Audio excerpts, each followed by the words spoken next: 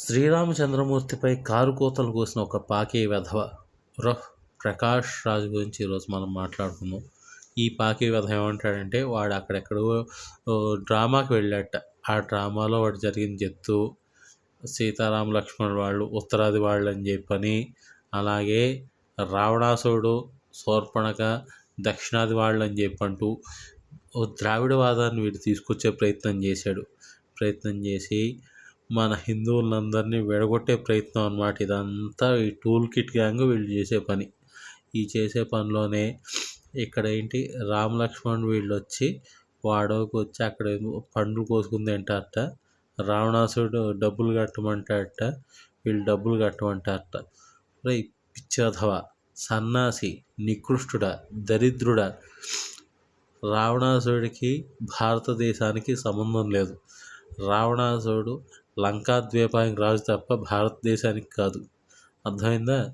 అలాగే రామచంద్రమూర్తి పాదుకలకు భరతుడు పట్టాభిషేకం చేయించి తాను రాముడు వచ్చేదాకా కూడా రాజ్య సంరక్షణ చేసే బాధ్యతను తీసుకున్నాడు.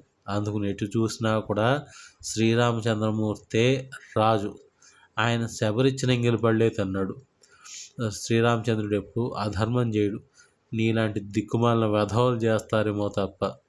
ఇది కలియుగం కాబట్టి నీలాంటి సన్నాసులు దరిద్రులు వీధికో 100 మంది ఉంటూనే ఉంటారు.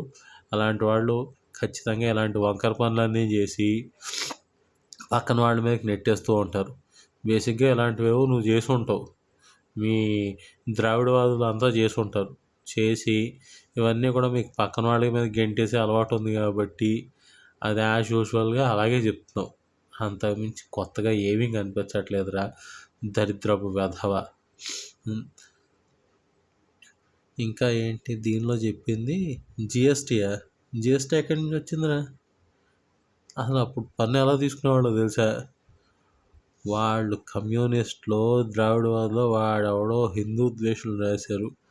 కనీసం చెప్పేప్పుడు నీకైనా సెన్స్ ఉండాలి కదరా మెదడు బాపు వెధవ, దరిద్రపు వెధవ.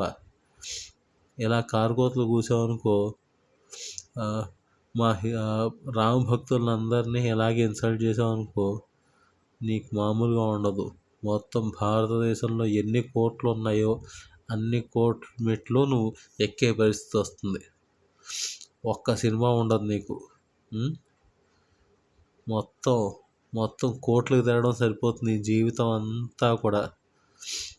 అది రామ భక్తులు తలుచుకుంటే ఎలా ఉంటుందనేది నీకు తెలుస్తుంది. ఇంక స్టెప్ బై స్టెప్ ప్రతిరోజు కోర్టు నోటీసులు వస్తూ ఉంటాయి, కోర్టుల చుట్టూ తిరుగుతూ ఉంటావు.